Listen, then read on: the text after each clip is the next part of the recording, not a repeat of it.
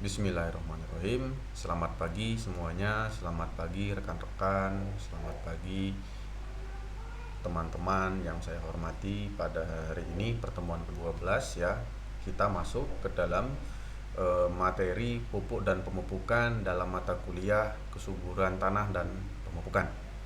Jadi mata kuliah dan materi ini merupakan mata kuliah yang krusial karena kalau kalian nanti bekerja di korporasi, di institusi agriculture, kemudian di perusahaan yang bergerak di bidang-bidang pertanian atau pemupukan atau pupuk, itu nanti akan banyak berperan ya. Jadi di sini pada hari ini kita mengenal, terus kita memecahkan beberapa kasus dan nanti akan ada kuis. Nah, gimana? Tadi saya di awal sudah menyebutkan bahwa orang sukses itu bisa mengenal dari mata kuliah ini. Kok bisa? Nanti setelah kalian kuliah ini menyelesaikan eh, materi pupuk dan pemupukan serta pengelolaannya, itu nanti kalian bisa punya pola pikir. Jadi lulusan di Instiper itu pastinya itu memiliki pola pikir yang profesional. Profesional seperti apa? Yang pasti dia di dalam dunia kerja kuat ya, yang pasti dia mempunyai pemikiran yang taktis, pastinya seperti itu. Nah, kemudian kita lihat pastinya lulusan Instiper itu mempunyai developing ya. Dia mempunyai suatu inovasi. Selalu di dalam dunia kerja pastinya mempunyai inovasi ketika dia sudah lulus ya. Lalu dia lincah dan dia juga mempunyai taktis ya, dan serta dia juga strategic planner. Nah, kemudian dia juga tangguh dengan adanya kurikulum magang di perusahaan. Kita sudah menggunakan kurikulum MBKM ini 20 SKS nanti ketika kalian di semester 7. Masuk ke semester 7 kalian akan magang. Masuk semester 6 kalian ada praktek lapangan. Kemudian pastinya cekatan ya. Lulusan Instiper ini terkenal cekatan di korporasi agriculture atau di perusahaan. Nah, ini adalah profil lulusan Instiper. Lalu siapa yang bisa kita contoh? Nah, ini ada alumni nih. Ya. Profil suksesnya namanya Mas Zean, institusinya di BGA di Kalimantan, itu di Bumi Tama Gunajaya Agro. Kemudian jabatannya saat ini adalah manajer kebun dan usianya sudah 30 tahun. Nah, ini profil lulusan yang sangat sangat cepat ya. Biasanya orang mendapatkan jabatan manajer kebun itu usianya ya hampir 40-an. Nah, ini dia usia 28 tahun sudah menjadi manajer. Karena apa? Pola pikirnya. Dan beliau ini mengelola pupuk awalnya. Ya, dia mulai awalnya pupuk. Jadi pupuk itu diolah di gudang. Bagaimana caranya biar enggak menghindari pemalsuan, kedaluarsa dan segala macamnya. Dan ini beliaunya diangkat ya menjadi suatu pimpinan di kebun PT Bega. Nah, bagaimana caranya mencapai berdasarkan pertemuan ini ya kan? Pastinya di situ kawan-kawan semua ada CPL. Kita punya CPL, di mana CPL-nya itu pasti dapat mengambil keputusan secara tepat berdasarkan analisis dalam melakukan supervisi dan evaluasinya, di mana yang pasti setelah dia punya supervisi, mengevaluasi, dia mengolah data dan kemudian meriset. Inilah yang kemudian menjadikan lulusannya itu pasti mempunyai pola pikir yang profesional, terus berinovasi dan atau mendevelop atau sebagai developer ya, seperti itu. Nah, kemudian dia juga mempunyai kemampuan riset nih, ilmunya secara komprehensif di mana institusi ataupun di masyarakat. Jadi ketika di dalam dunia real ya, dunia kerja, tinggal berdampingan dengan masyarakat, dia mempunyai pemikiran yang mempunyai kemampuan pemikiran supervisi ya kan, pola pikir yang sudah profesional, dapat mengevaluasinya. Kemudian dia juga mempunyai riset. Nah, setelah risetnya itu ada, dia akan berbagi dengan masyarakat dan institusi tempatnya bekerja, jadi nggak disimpan. Nah, kemudian sub CPMK-nya itu dia dapat menunjukkan secara mendalam tentang jenis-jenis pupuknya beserta karakteristik. Nah, ini baru masuk ke dalam mata kuliah ini. Dan ini sudah terkhususkan di dalam sub CPMK. Kenapa? Karena banyak sekali orang sukses dari dapat mengelola pupuk atau berusaha atau pengusaha pupuk. Nah, ini kita tidak bisa pungkiri ya, dimana nanti akan ada contoh kasus yang menarik.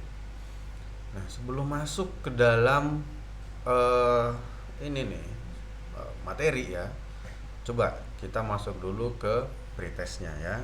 Di sini pretest kita masuk. Nah, ini sudah kelihatan ya. Di sini ada mata kuliah kesuburan tanah dan pemupukan, materinya ke-12. Kita bermain dulu lah, refresh otak ya. Refresh otaknya gimana nih kita?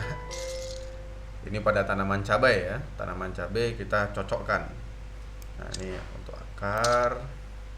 Kemudian ini untuk pembungaan. Ini untuk daunnya, untuk buahnya, dan ini untuk batangnya. Benar nggak ya? Iya, benar semua. Nah, ini nanti kawan-kawan silahkan coba. Saya berikan waktu 2 menit. Ya, silakan. Nah, apabila sudah, kita lanjutkan ke materi. Jadi di sini pupuk. Apa sih itu? 25%-nya itu dalam perjalanannya pupuk tuh bahan esensial. Jadi tanaman tuh butuh dalam proses-proses pertumbuhannya.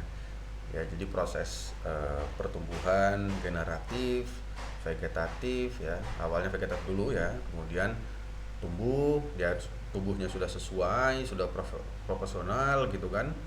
Nah, kemudian dia baru membuat proses generatifnya. Setelah dia membuat proses generatif, disitulah baru teruji ya bagaimana tanaman itu hidup, kualitas hidupnya seperti apa. Nah, ketika diberikan dalam jumlah yang tepat, dia akan mendorong. Dan ini baru 50% fungsinya. 75%-nya bagaimana? Dia tertransport, dia akan mentransport. Jadi ibaratnya kalau kita tuh makan itu harus berkecukupan. Kalau makan cuma di mulut aja, nggak masuk ke dalam tubuh, maka dia nggak akan bisa tercerna ya, tidak bisa tercerna. Yang pertama, tubuh tidak mendapatkan nutrisi apapun. Nah, seperti itu. Nah, tanaman juga seperti itu, sama. Nah, kemudian suksesi pemupukan itu juga apabila diberikan dengan cara yang tepat. Nah, ini barulah dia 100%. Kalau kita cuma berikan pupuk nggak tahu aturan, nggak bisa kita ukur, ya itu maka percuma dong ya. Sekarang pupuknya mahal, kemudian manpower lagi yang membuat itu juga menjadi ini ya, jadi kasus lagi nantinya. Nah, negara dan pupuknya. Jadi Rusia itu adalah produsen pupuk terbesar pertama di dunia. Tiongkok itu kedua, Amerika itu ketiga, dan Jepang itu perisetnya. Jadi mereka beli hasil riset itu dari Jepang. Jepang ini negara riset. Jadi kayak kemarin Rusia perang, Tiongkok ini bisa jadi masuk ke nomor 2, nomor 1 ya. Gitu. Jadi ini menarik. Indonesia negara agraris apakah bisa? Bisa. Tetapi kita harus bermain dulu nih dengan negara-negara, 3 negara ini. Kenapa? Karena di Indonesia 3 negara ini yang punya pemegang pupuk terbesar, bahkan di negara kita ya. Nah, jenis pupuk itu ada apa aja sih? Ada pupuk organik, ada pupuk kimia. Pupuk organik di dunia saat ini itu 20%, pupuk kimia 80%. Ada 2 jenis. Nah, pupuk organik ini di Indonesia gimana? Sama. Kita bahkan masih di angka 19%. Hanya saja di sini saya buat 20%, ya sudahlah saya naikin 1%. Sehingga apa yang terjadi kalau misalnya kebanyakan pupuk kimia? ya itu tadi banyak ya, kerusakan tanah, kemudian tanah yang tidak bisa mengambil hara yang ada di bagian bawah, sehingga perlu adanya perbaikan bagian atasnya dulu. Nah, itu kenapa pupuk organik sangat penting. Nah, nanti akan kita bahas. Nah, kemudian apa manfaat dari pupuk dan pemupukan? Yang pasti dari pupuk dan pemupukan itu dapat meningkatkan unsur hara yang tersedia dalam tanah. Kemudian dia juga dapat menyediakan unsur hara yang berkadar rendah, kemudian mempertahankan. Nah, ini sudah kita berikan di dalam tanah, tapi kita tidak mempertahankan. Nah, percuma ya, sehingga mempertahankan akan jauh lebih sulit daripada mendapatkan. Nah, tadi saya bilang di awal, ada cara pemberian yang tepat. Apa sih? Nah, di sini ada disiplin ilmu dalam pemupukan, yaitu adalah 4 tepat, di mana harus tepat dulu tempatnya, tepat tempat. Ya, tempat tepat itu dia menempatkan pupuknya itu di mana? Pupuk padat diaplikasikan ke daun, ya rusak. Ya. Nah, kemudian caranya itu bagaimana? Apakah caranya sudah benar? Apakah pupuk yang tadi sudah diberikan ke dalam tanah itu cara-cara kaidah-kaidahnya sudah menepati dosisnya, ini berkorelasi ya, kemudian waktunya ini berkorelasi juga. Oh, kita kasih ini, kalau di waktu kita kasih tengah hari pupuknya urea, ya sudah langsung nguap. Kita kasih urea waktunya hujan, ya sudah langsung tercuci. Nah, dosis ini penting karena mahal sekali pupuk itu. Kalau kita tidak menghemat, tidak menghitung dengan benar, maka hilang sudah, ya. Nah, bagaimana pupuk itu bekerja? Yang pasti di dalam tanah dia harus terurai dulu. Pupuk itu wajib terurai dan pasti terurai.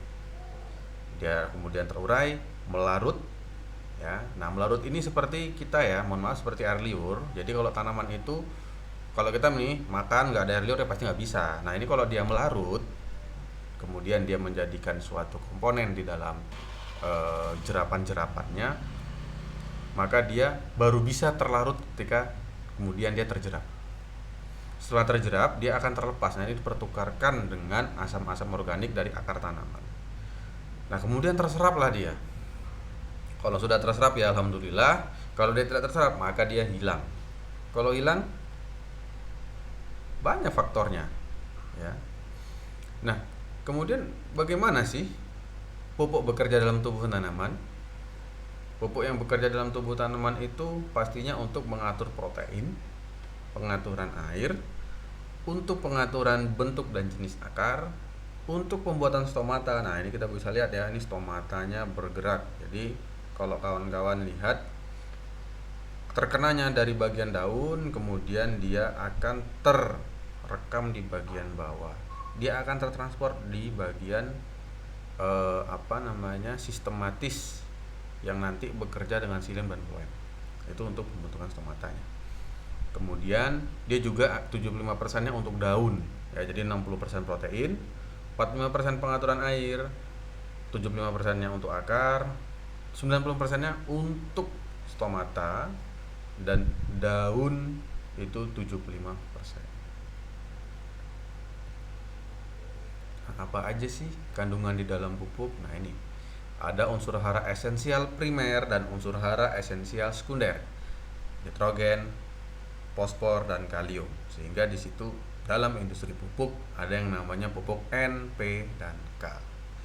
Yang sekunder, magnesium, kalsium, dan sulfur. Nah, nitrogen ini fungsi utamanya klorofil, pembentukan klorofil dan pembentukan daun. Untuk yang fosfor itu dia pada masa vegetatifnya pembentukan akar, pada masa generatif pembentukan bunga. Jadi kalau vegetatif itu proses pertumbuhannya, kalau masa generatif itu proses pengambilan keturunannya. Kemudian kalium itu untuk tegangan osmosis atau turgor, dia mengatur itu pengangkutan hara yang lain dan mengatur air di dalam tubuh tanaman, sehingga semuanya masing-masing berkorelasi. Satu tidak ada, maka yang lain akan tidak ada juga, gitu ya. Nah, kemudian magnesium itu yang pasti dia pembawa nitrogen. Nah, ini carrier Ya, dia bertangan 4, kemudian dia membentuk stomata. Dan di sini ada untuk kalsium, dia lebih kepada sel ya, membran sel, stabilitas sel, dan pengaturan stres akar. Akar bisa stres bisa. Kalau bagian bawah tanah itu mempunyai pH yang rendah, kemudian bagian atas yang terlalu panas itu dia mengatur. Diatur oleh siapa? Ca yang mengatur. Nah, kemudian ada sulfur. Nah, sulfur ini unsur esensial yang keenam di mana dia pembentukan asam amino, vitamin, dan senyawa organik. Ya, waktu itu saya sempat main ke Brastagi. Hotel saya kebetulan dekat dengan apa namanya, bagian kawah ya. Di kawah itu daerahnya subur karena sulfurnya tinggi, belerangnya tinggi. Nah, ini keren, ini suatu contoh kasus. Jadi di sana hotel saya, di sebelah sananya itu pertanian, sebelah sininya itu dia perkebunan ini apa, pisang, dan itu bagus sekali hasilnya, manis. Nah, tadi sudah tahu tentang ini ya, bagaimana si apa unsur hara tadi. Nah, di sini kita masuk lagi ke kuis tengah materi, kawan-kawan. Tadi kan kita udah tahu, oh nitrogen fungsinya apa, fosfat fungsinya apa, kalium fungsinya apa. Nah, di sini kita cek kalium. Kalium kita tarik, tadi fungsinya apa ya kalium ya? Osmosis. Fosfat, akar dan buah. Nitrogen, daun. Kita lihat. Iya, sudah terekam, silakan nanti diisi ya profilnya. Waktunya 2 menit. Nah, bagaimana sifat pupuk di dalam tanah? Kebetulan ini paper saya ya. Silakan download di ini sudah ada s.id Icimtek 2020 ya, Icimtek 20. Bagaimana dia hilang? Hilangnya itu ada 4: menguap, tercuci, terbawa aliran permukaan, dan diikat oleh mineral atau tekstur. Nah, ini berapa sih kehilangannya? Akibat runoff aliran permukaan tuh 20%, kemudian tercuci itu 15%, teruap itu 18%, diikat mineral atau tekstur itu 5%. Ya, 58% dari 100% aplikasi pupuk kawan-kawan semua hilang begitu aja. Kalau sudah hilang gimana? Balik enggak? Enggak, ini bukan mantan. Balik enggak? Enggak, habis, hilang. Beli pupuk sekarang harganya per kilo itu 20.000, hilang 58%-nya, katakan segitu, berarti hampir 11 ribuan, agak lebih dikit, kurang dikit ya, rugi. Nah, contoh kasusnya bagaimana? Ini ya, jadi silakan kawan-kawan. Ini mengenai dunia pupuk. Saat ini ya, pupuk palsu banyak. Pupuk mahal pasti. Penumpukan pupuk ya, tanaman tidak produktif, apalagi pupuk tidak tersedia. Apa yang membuat pupuk palsu? Pemalsuan, karena bisnisnya manis. Ya, harga pupuk dari Rusia, Cina, dan Amerika masuk ke Indonesia itu mahal, ditiru. Nah, itu proses peniruannya itu pun keren ya, tersistem. Nah, kita nggak tahu deh, kita nggak ngomong tentang hukum, itu mafia semua. Tetapi cara mereka membuatnya itu pinter, hanya dengan batu bata dan garam, campur aduk-aduk, itu terjadi di Lampung. Nah, pupuk yang mahal ini bahan bakunya langka. Tadi ya, Rusia itu semakin kesulitan mencari. Cina, mereka sudah mulai membuat teknologi baru, tetapi tidak efektif, tanamannya nggak begitu bagus, nggak seperti pupuk yang ditambang ya. Saat ini kan semua ditambang dari udara, dari bawah tanah, itu semua. Nah, Amerika ini belum bergerak apa-apa. Tetapi kalau kita lihat di sini mahalnya pupuk bahan bakunya itu karena bahan baku yang banyak itu di Rusia. Nah, Rusia sekarang lagi perang dengan Ukraina, sehingga bahan-bahan penggunaan awalnya itu tidak bisa ya. Nah, ini menjadikan kesulitan tersendiri. Kemudian penumpukan pupuknya. Nah, ini pupuk jadi mahal. Tidak jadi pupuknya, penyimpanannya jadi padat karena tidak laku. Penumpukan pupuk tadi ya semakin mahal. Nah, kalau sudah semakin mahal terus gimana? Wong ngambilnya saja sudah mahal, mau dijual lagi ya pasti mahal. Nah, ini jadi kasus tersendiri. Kemudian setelah ketemu pupuk palsu, ketemu lagi dengan diaplikasikan lagi oleh petani, tanamannya udah nggak produktif jadinya. Nah, kemudian setelah tidak produktif ya orang nggak mau pakai, dan akhirnya orang beli yang mahal, nggak balance. Contohnya kayak di Klaten itu, cabenya itu mereka beli modalnya itu sekitar 3 jutaan dan hanya laku dijual itu 2.300.000. Nah, ini ya sudah, jadi coba bagaimana, ini jadi tugas dibawa ke rumah ya, jadi PR. Nah, salah satu solusi, nah nanti kawan-kawan bisa deh ini poin 1, 2, 3, dan 4. 1, 2, 3, dan 4. Nah, konsolidasi yang pasti kita menyatukan antara semua atau berbagai pihak. Kita berelaborasi, bukan cuma kolaborasi tapi elaborasi. Di situ kita buat konsolidasi antara petani, pemerintahan, industri pupuk dan segala macamnya. Wajib kalau kita mempunyai pupuk yang mandiri. Kemudian kita mengedukasi dan penyuluhan kepada para petani. Pak, ayo dong kita menggunakan pupuk organik. Ini berkaitan. Nah, pupuk organik kok cuma 40%? Ya, karena saat ini banyak sekali petani kita yang tidak mengerti cara membuat. Yang ngerti caranya, ada pelatihannya, ada penyuluhannya. Mereka kerjakan, pemerintah juga kerjakan. Tapi hasil elaborasinya tidak baik. Kenapa? Menganggap pupuk organik itu lama dan menurunkan produktivitas. Padahal perbaikan tanah sangat penting buat itu. Nah, kemudian ada solusi lainnya yang jauh lebih mudah. Ini sudah ditemukan lama kok, tahun 2020, yaitu INM singkatannya. Kepanjangannya Integrated Nutrient Management. Apa sih itu? Kita tengok ya. Nah, ini dia. Jadi kita menggabungkan pupuk organik dengan pupuk kimia. Orang bilang, wah ini ribet 2 kali kerja. Ya, mau berhasil atau enggak, itu yang harus kita rubah. Sehingga kita perlu namanya konsolidasi tadi. Setelah kita berkonsolidasi, kita penyuluhan terus menerus. Kita kenalkan pupuk organik lagi terus. Nah, kemudian kita gunakan ini. Pupuk kimia itu untuk zaman sekarang tidak akan bisa yang namanya berdiri sendiri.